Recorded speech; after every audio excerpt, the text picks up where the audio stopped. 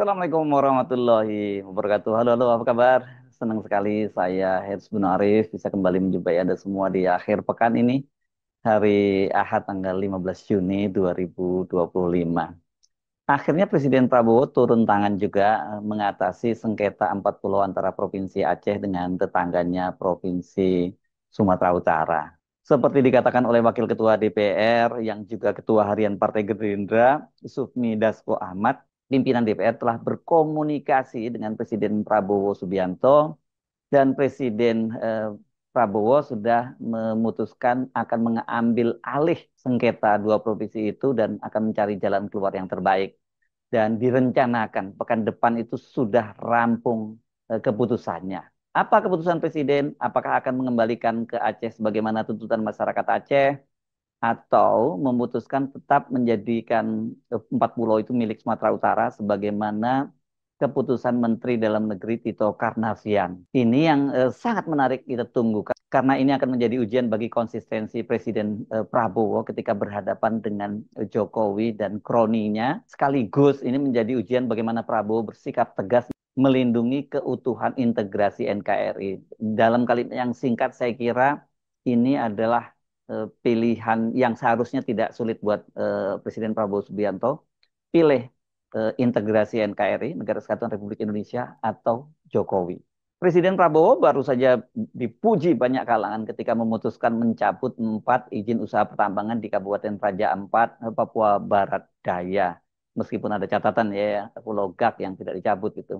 Nah, apakah dalam kasus 4 pulau di Kabupaten Singkil Aceh ini, Presiden juga akan bersikap sama? Kasus di Raja Ampat dan 4 pulau di Singkil ini sesungguhnya punya karakteristik, konfigurasi politik, dan dampak politik yang sama.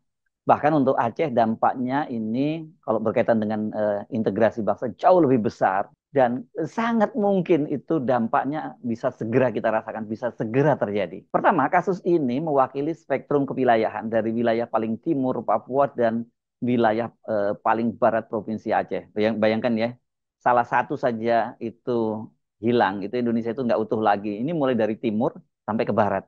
Dan dua-duanya jangan lupa ini adalah wilayah yang kaya dengan sumber daya alamnya. Kedua, konfliknya berkaitan dengan pengelolaan sumber daya alam.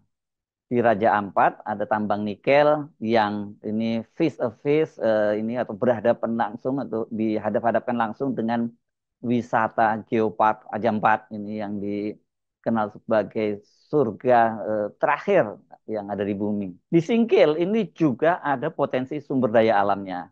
Wisata pulau, kemudian juga masalah bahari dan kemungkinan dugaannya ada cadangan migas dan juga mineral lainnya. Ketiga, dua-duanya berkaitan dengan mantan Presiden Joko Widodo dan kroninya. Bahkan untuk kasus 4 pulau di Singkil ini, ya ini Presiden Prabowo berurusan langsung dengan menantu Joko Widodo, yakni Gubernur Sumatera Utara, Bobi Nasution. Ini yang di-backup oleh Menteri Dalam Negeri Tito Karnavian. Keempat, saya kira ini dampak yang sangat serius, yakni berupa disintegrasi. Di Papua kita tahu ada upaya-upaya serupa, ada gerakan separatisme, yakni organisasi Papua Merdeka. Kalau di Aceh ini bahkan lebih laten, karena sejarahnya pernah terjadi 2 kali pemberontakan. Pertama di era tahun 1950-an, ini waktu itu adalah keputusan dari ulama karismatik Aceh yang juga pejuang kemerdekaan kita, yakni Teguh Daud Bereh itu yang kemudian memutuskan memisahkan diri dari Indonesia dan bergabung dengan Darul Islam dan Tentara Islam Indonesia atau DITII, pimpinan Kartosuwiryo di Jawa Barat. Dan yang kedua ini adalah Gerakan Aceh Merdeka. Gerakan Aceh Merdeka malah berlangsung sangat panjang dan berlarut ini sampai 26 tahun. Ini sejak tahun 1979 dipimpin oleh seorang intelektual Aceh Hasan Editiro dan itu baru berakhir pada tahun 2005. Itu pun ada blessing ya, meskipun itu merupakan penderitaan atau trauma yang sangat berkepanjangan juga bagi masyarakat Aceh, yakni tsunami Aceh tahun 2004. Dua-duanya sesungguhnya ini baik pemberontak Daud Bereh, DITII maupun Gerakan Aceh Merdeka ini sesungguhnya dipicu ketidakpuasan terhadap pemerintahan pusat. Saya kira di Papua juga sama ya. Ini berkaitan dengan pengelolaan sumber daya alam yang buat warga Papua dianggap mereka tidak menikmatinya, justru malah menikmatinya para pendatang, khususnya malah entitas asing. Karena itu sikap dan keputusan presiden itu sangat penting, sangat ditunggu. Karena kalau salah mengambil keputusan, ini meminjam istilah dari sosiolog dari Unsyah, Profesor Dr. Ahmad Muhammad, DNA dari orang Aceh itu, yakni ada gennya itu pemberontakan, ya, ini ya, DITI dan GEM tadi. Dan sekarang ini kan posisinya sudah dorman, sudah mati suri di kalangan generasi muda ini, di kalangan generasi X misalnya itu sudah tidak ada lagi sudah mati suri ya, sudah dorman gitu. Tapi itu tampaknya kasus ini memicu kemudian untuk di-recall, untuk dipanggil kembali. Itu. Arwah dari DITI dan Gerakan Aceh Merdeka itu bisa kembali di jiwa anak-anak muda Aceh kalau kemudian pemerintah salah mengambil keputusan. Soal ini tampaknya sangat disadari oleh Presiden Prabowo dengan memutuskan mengambil alih langsung, bukan memanggil para menteri seperti dalam kasus di Raja Ampat. Bagi Presiden, harusnya kasus ini sama mudahnya, bahkan lebih mudah dalam mengambil keputusan dibandingkan kasus Raja Ampat gitu ya. Sebagaimana disampaikan oleh mantan Wakil Presiden Yusuf Kala, sekaligus ini salah satu tokoh besar di balik perdamaian Aceh dengan pemerintah pusat yang berujung pada kemudian kesepakatan di Helsinki pada tahun 2005, posisinya ini cukup jelas. Integrasi wilayah Aceh itu diatur dalam Undang-Undang Nomor 24 Tahun 1956. Undang-undang ini ditandatangani oleh Presiden Soekarno itu menyusul pemberontakan DITI dan setelah pemerintah pusat dan DITI sepakat mengakhiri sengketa dan kemudian pemerintahan pusat itu mengembalikan status Aceh sebagai provinsi. Kan salah satunya selain kebanyakan ketidakpuasan terhadap berbagai kebijakan pemerintah pusat itu adalah pada waktu itu mirip dengan kasus yang sekarang ini, tapi yang dulu memang lebih parah karena status dari Aceh sebagai karesidenan itu kemudian diintegrasikan Sumatera Utara. Ya ngamuk lah orang Aceh, sama seperti halnya ngamuknya orang Aceh sekarang ini ya. Tapi bedanya kalau sementara ini pengambil alihan 4 pulau itu berdasarkan keputusan Menteri Dalam Negeri tanggal 25 April 2025. Secara hierarki, keputusan Menteri Dalam Negeri ini ya cacat hukum ya karena bertentangan dengan undang-undang yang secara hierarki itu jauh berada di atasnya, yakni Kepmen. Pada tahun 1990-an, soal sengketa ini juga pernah terjadi pada masa Gubernur Sumatera Utara dijabat oleh Raja Inal Siregar dan Gubernur Aceh pada waktu itu Ibrahim Hasan. Dan sengketa itu bukan diputuskan seperti sekarang oleh Pak Mendagri, justru dimediasi oleh Menteri Dalam Negeri Jenderal TNI Purnawirawan Rudini. Dan waktu itu selesai kasusnya. Ya, ini ada 4 kesepakatan. Satu, ke 4 pulau, yakni Pulau Panjang, Pulau Lipan, Pulau Mangkir Gadang, dan Mangkir Ketek ini diakui sebagai bagian dari Kabupaten Aceh Singkil. Yang kedua, Sumatera Utara tidak boleh lagi mengklaim. Ini ada kata, tidak boleh lagi mengklaim ya kedaulatan atau mengeluarkan izin usaha di wilayah tersebut. Poin ketiga, pengelolaan sumber daya alam dalam hal ini perikanan, pariwisata dan lain-lain menjadi hak penuh Aceh. Yang keempat, hanya kerjasama teknis atau ini seperti konservasi laut lintas batas yang boleh dibahas bersama. Jadi bukan kemudian ngajak kerja mengelola kolaborasi seperti yang ditawarkan oleh Bobi Nasution. Selain itu, yang menguatkan itu dalam MOU Helsinki juga disepakati batas wilayah Provinsi Aceh itu mengacu Undang-Undang Nomor 24 Tahun 1956. Ini diperkuat lagi, kemudian kalau itu MOU Helsinki itu pada tahun 2005, pada tahun 2006 Undang-Undang Nomor 11 itu tentang pemerintahan Provinsi Aceh ini diputuskan untuk mengacu pada undang-undang sebelumnya, yakni Undang-Undang Nomor 24 tahun 1956. Ini sebenarnya kalau mengacu pada Undang-Undang Nomor 24 tahun 1956 ini banyak loh wilayah Aceh yang sekarang ini masih masuk di Sumatera Utara nih. Harusnya diserahkan ke Aceh itu. Jadi batas wilayah itu tidak hanya karena ketentuan undang-undang ini yang mengikat di dalam negeri, tapi juga terikat oleh perjanjian internasional yang ditandatangani di Helsinki. Pada waktu itu wakil pemerintah Indonesia adalah Menkum HAM Hamid Awaludin, dan kemudian Gerakan Aceh Merdeka diwakili oleh Malik Mahmud, juru rundingnya, dan sebagai mediator pada waktu itu adalah Presiden Finlandia Martti Ahtisaari. Dengan dasar itu sesungguhnya sangat mudah bagi Presiden Prabowo untuk memutuskan. Hanya masalahnya kan kali ini beda. Di Raja Ampat, Presiden Prabowo berhadapan dengan kroni Jokowi ini Bahlil, ini yang coba melindungi tambang milik oligarki. Salah satunya waktu itu adalah milik Aguan, ya. Kan pada waktu itu Bahlil hanya menyebut ini tambangnya GAK saja ya, dan yang dia kunjungi juga PT GAK itu yang ini anak perusahaan dari Antam bekerja sama dengan perusahaan dari Australia.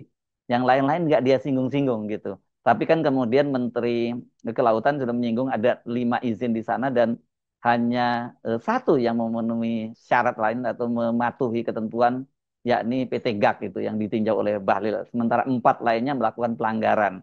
Perhatikan ya Bahlil nggak menyebut sama sekali yang 4 itu. Yang salah satunya milik Aguan. Semuanya disikat oleh Presiden Prabowo. Hanya GAK yang tidak karena ya seperti dikatakan oleh Bahlil dan juga Menteri Lingkungan Hidup itu ini dia semua mematuhi ketentuan yang ada. Nah, di 4 pulau Prabowo ini juga berhadapan dengan kroni Jokowi. Dalam hal ini adalah Menteri Dalam Negeri Tito Karnavian. Tapi kali ini urusannya beda. Ini langsung dengan menantu Jokowi. Jadi langsung berurusan dengan Jokowi ini, head to head dengan Jokowi. Apakah Presiden Prabowo berani bertindak selugas dan secepat di Raja Ampat? Ini kompleksitas persoalan ya karena berurusan langsung dengan keluarga Jokowi dan ancaman disintegrasi Aceh menjelaskan mengapa ini Presiden kelihatannya cukup berhati-hati tapi kemudian memutuskan untuk mengambil alih langsung. Ini kan nggak segera ya Presiden.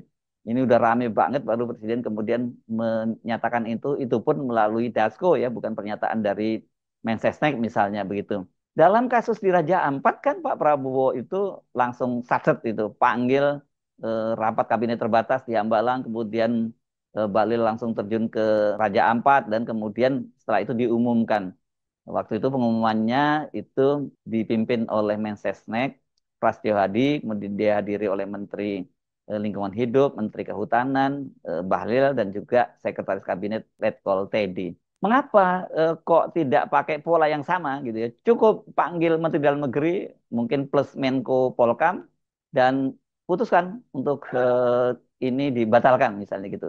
Soal Aceh ini beda dan tampaknya Presiden ini kelihatannya dalam kasus ini harus mengumumkan langsung ini kelihatannya karena ini berkaitan dengan soal integrasi Negara Kesatuan Republik Indonesia. Di luar itu, Presiden Prabowo itu cukup dekat loh dengan masyarakat Aceh itu. Ini pasti ada bertanya-tanya bagaimana ceritanya militer kok bisa dekat dengan rakyat Aceh gitu. Dan terutama dengan Gubernur Aceh Muzakir Manaf. Ini kalau saya terakhir track recordnya, Muzakir Manaf ini waktu itu ketua Partai Aceh, ini tempat berhimpunnya Kombatan Gerakan Aceh Merdeka itu, dia mendukung Prabowo Subianto sejak Pilpres 2014. Pada waktu itu masih berpasangan dengan Hatta Rajasa. Berhadapan pada tahun 2014 itu kan pasangan Jokowi dengan Yusuf Kala. Prabowo menang di sana 54%, tapi Jokowi Yusuf Kala itu mendapatkan 46%. Nah, jangan jangan anggap bahwa ini adalah peran Jokowi, bukan. Ini dipastikan adalah peran Yusuf Kala yang memang sangat dihormati oleh warga Aceh karena perannya bersama dengan SBY dalam negosiasi dengan GAM sehingga melahirkan MOU Helsinki. Nah, ini kan terbukti ketika kemudian Pilpres 2019 Jokowi itu berpasangan dengan Ma'ruf Amin dan Prabowo kemudian berpasangan dengan Sandiaga Uno. Prabowo Sandi itu melibas ini Jokowi ya.